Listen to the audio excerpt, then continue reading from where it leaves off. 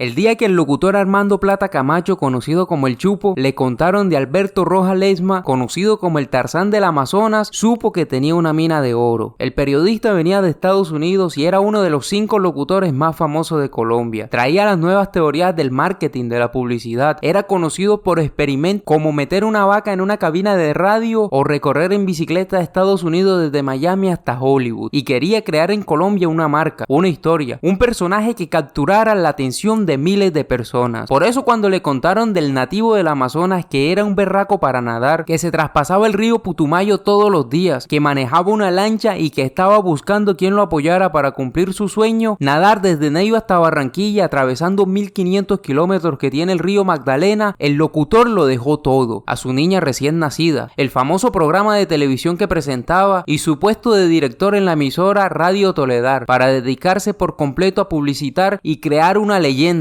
la del primer hombre que nadó todo el río Magdalena. El nativo era hijo de un militar alemán que nunca lo crió. Su madre, para sostenerlos, lavaba los uniformes de los soldados con palos y con piedras a orilla del río, y por eso Ledesma desde muy niño se familiarizó con el agua. Mientras los otros iban al colegio, él nadaba el día entero en el río de arriba abajo y lo recorría también en una canoa que se encontró y que con un amigo le curó un hueco que tenía. Cuando adolescente en el teatro se fascinó con las películas de Tarzán y entonces se propuso imitar al personaje. Con sus amigos en los ríos practicaba las maromas que veía en las películas, hacía clavadas, carreras y saltos que junto con la pinta del muchacho, mono y alto, por su ascendencia alemana, hacían que sus amigos y quien lo vieran dijeran: ese man es igualito al de la película. Se metió tanto en el personaje que muchas veces lo podían ver en pantaloneta, con un cuchillo en la cintura y el pelo largo trotando en las calles de Puerto Leguízamo, y entonces todos decían que ese mono estaba era loco, y más cuando dijo que no le importaban los cocodrilos, ni las rayas, ni el Moán, ni la Llorona, porque él, devoto a la Virgen del Carmen, sabía que ella lo protegería para lograr su hazaña. Entonces el locutor lanzó en su radio su nueva empresa, Operación Rescate del Río Magdalena. La idea era transmitirla por etapas en la radio, como lo hacían con el ciclismo. Como publicista supo que debía cambiar el nombre de Tarzán por algo más colombiano que no tuviera derechos de autor. Pensaron en nombres de pescados, podría ser el Temblón o el Capaz, un pescado del río con el que se hace una viuda muy popular en esa zona. Luego le cambiaron la C por la K y la Z por la X y lo dejaron Capas. Coincidencia que en latín la palabra tenga el significado del más fuerte o el más capaz. Entonces llevaron a Capas a Bogotá. Le contrataron un odontólogo para que le hiciera un diseño de sonrisa más atractivo y lo llevaron a un peluquero para que le hiciera un corte que le diera una presencia aún más salvaje. Le hicieron chequeos médicos y le contrataron un entrenador deportivo para los ejercicios. También le hicieron sesiones de fotos en trajes de baño donde se mostraba su imponente figura, y con boletines titulados Un fenómeno llamado Capaz, Camacho las envió a los medios de comunicación de Bogotá. Luego se firmó el contrato. Se le asignaba un sueldo fijo de 20.000 pesos. Primero 3.000 cuando empezara la travesía, 7.000 en el camino y 10.000 restante cuando estuvieran en Barranquilla. También se estipulaba que el locutor sería el manejador y que el Tarzán debía aceptar usar cualquier prenda publicitaria, jeans, pantalones, camisa, que el locutor sería dueño de la marca Capas, la cual con el tiempo podría ser usada para firmar películas, historietas o publicitar cualquier producto, de lo cual Capas tendría el derecho de reclamar el 20% de los ingresos generados. Además, le darían comida, hospedaje y le pagaron un seguro de vida mientras durara el evento. Se consiguió la ayuda de la Cruz Roja, de la Defensa Civil, y que la marca de motos Yamaha les diera una lancha para que ellos pudieran recorrer el río al lado de Capas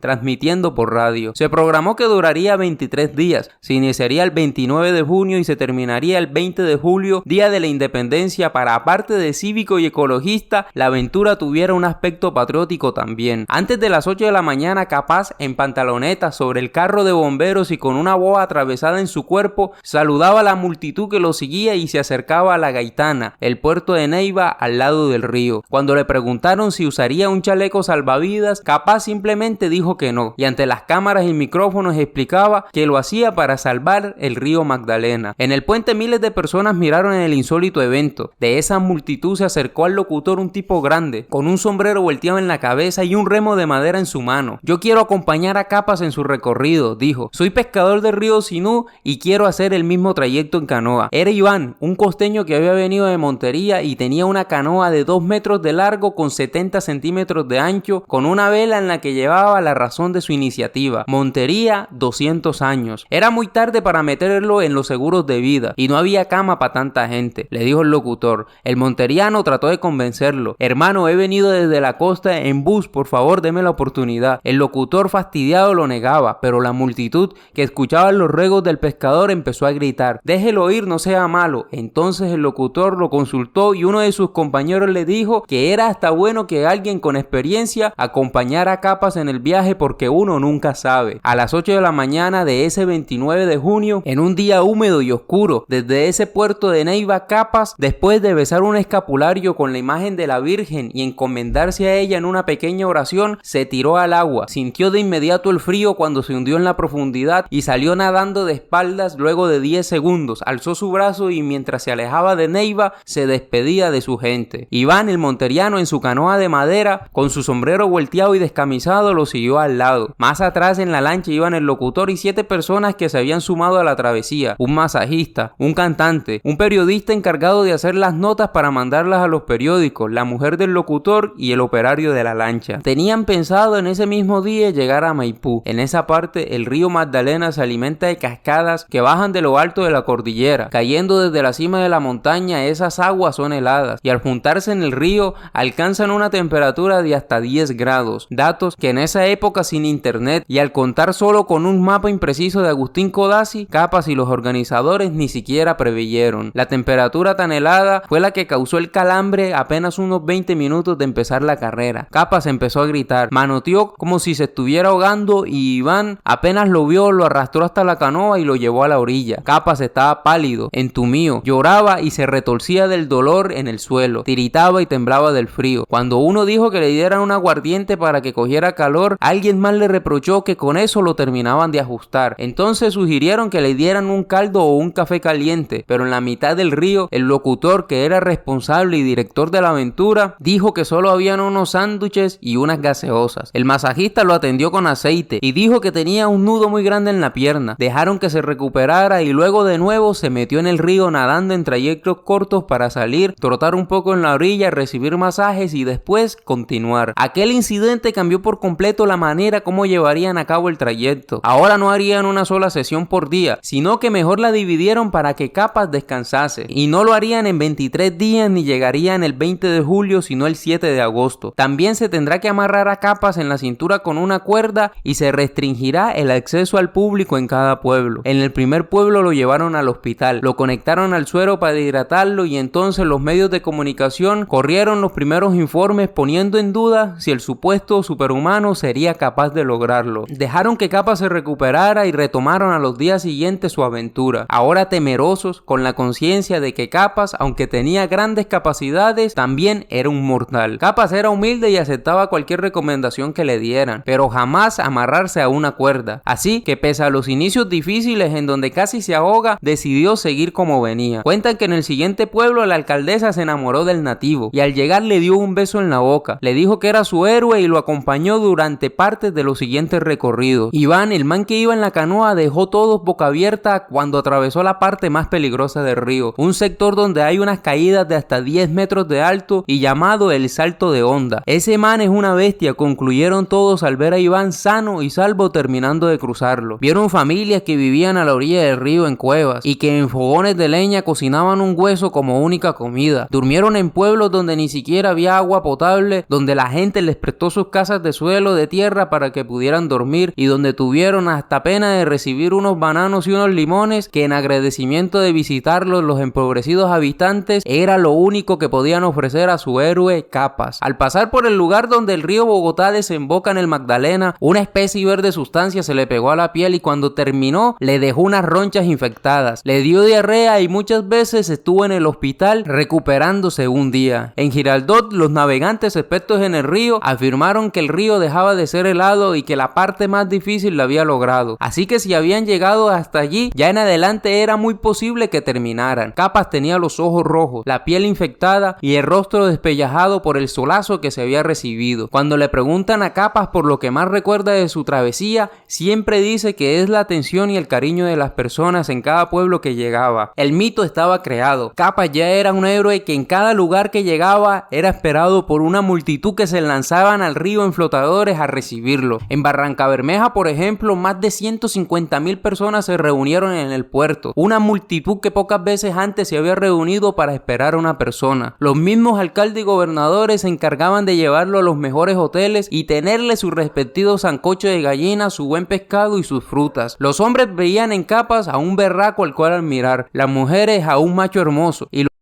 a Superman. Pero este fenómeno, según publicaría el periodista Gonzalo Guillén, no era tan inocente y desinteresado como parecía. En parte el mito de Capas fue creado. El locutor Armando Plata Camacho había ordenado que en cada pueblo se llevara Capas lo más pronto posible al hospital y al hotel, y que siempre estuviera custodiado por la policía, para así aplicar el principio de escasez del marketing. Se desea lo que no se puede tener. También ordenó que se hicieran chismes como por ejemplo que Capas estaba mal de salud, que Capas se había enfrentado con unas pirañas y demás historias. Y por último, rodear de misticismo a Capas, haciendo que cada vez que llegara a un pueblo besara el suelo y en una bolsa recogiera un puñado de tierra de cada lugar. Guillén entrevistó a Antonio Plata Camacho, el locutor. Le preguntó si era verdad que había firmado un contrato con Capas, que si era verdad que él le estaba pagando y que si entonces Capas más bien era un empleado. El locutor, que había venido de Estados Unidos y pensaba que hacer marketing a un evento era normal, le contó todos los pormenores del contrato y también su intención de hacer de Capas una marca. La crónica que publicó Guillén mostraba a Capas como un nativo al que se le había sacado de su hábitat natural en el Amazonas con fines comerciales, convirtiéndolo en un show. Entonces, a mitad del trayecto, aquella aventura se convirtió en un escándalo. El locutor fue visto como alguien que se estaba aprovechando del nativo, usando una causa ecologista para por debajo hacer un negocio. También se dijo que no le había pagado nada al Capas y que solo lo estaba utilizando.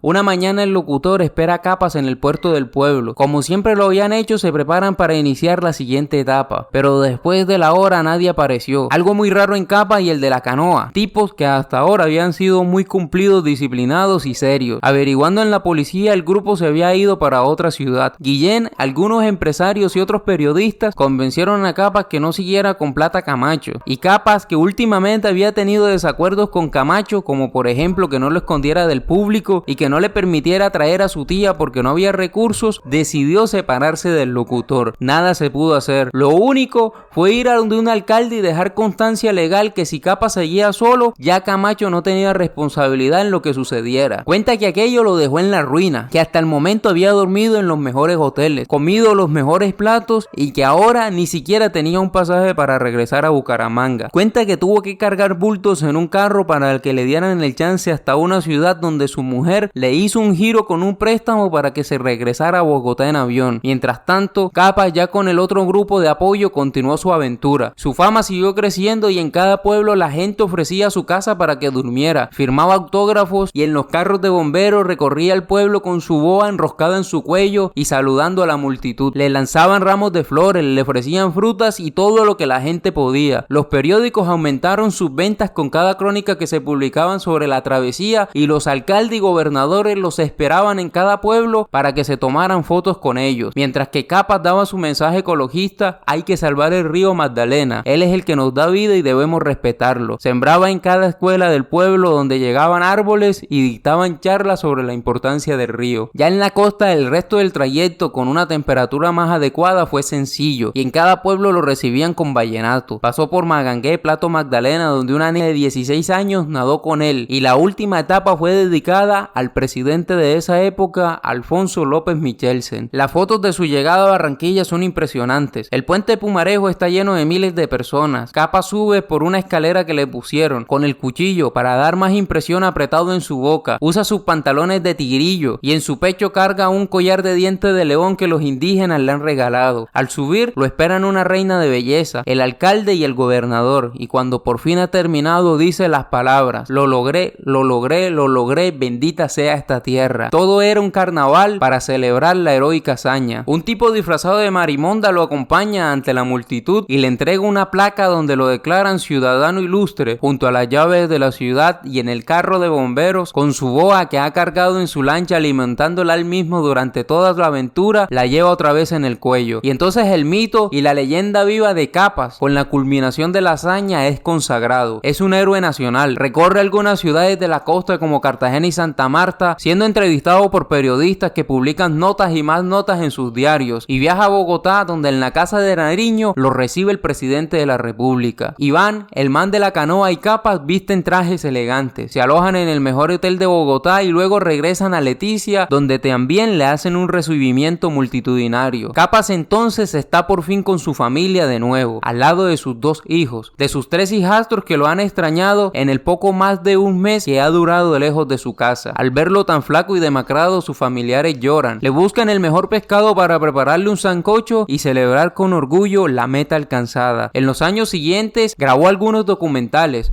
unas películas y hasta se publicó una fotonovela. Algunos dicen que a Capas le tuvo que quedar plata, pero no supo administrarla. El Capas dice que fue muy poco y que siempre trabajó de guía turístico para sobrevivir. Lo cierto es que Capas en los siguientes años fue olvidado. Vivió en el Amazonas con sus hijos y ha envejecido. Y siempre ha sido utilizado por políticos que cada vez en campaña graban videos con él. Y hasta un día en un evento en el Amazonas donde estaba Shakira, Carlos Vives y el presidente, Capas rogó que lo dejaran entrar, que se había gastado más de $1 millón haciendo unos collares que quería entregar al político y a los artistas, pero la misma policía lo sacó a la fuerza y le negaron la entrada. Ese día hasta se le subió la presión al pobre Capas, regresó con sus collares a su casa y de la tristeza hasta se enfermó por un tiempo. A sus más de 70 años es privilegiado en su estado físico y se atreve a decir que quiere recorrer de nuevo en canoa el río, que busca apoyo para lograrlo. Tal vez si lo hiciera de nuevo se diera cuenta y lloraría, ya en su vejez, al percatarse que al final, después de las más de 1 millón de brazadas que dio Capas con 30 años para nadar en los 1500 kilómetros de río, parecieran que no sirvieron para nada o para muy poco, excepto para, por la magia del marketing, convertirlo en una leyenda, recordada para siempre en un rincón del imaginario colombiano. Bueno, esto fue otro episodio más de historias trilladas contadas por el máster. Mil bendiciones y como siempre,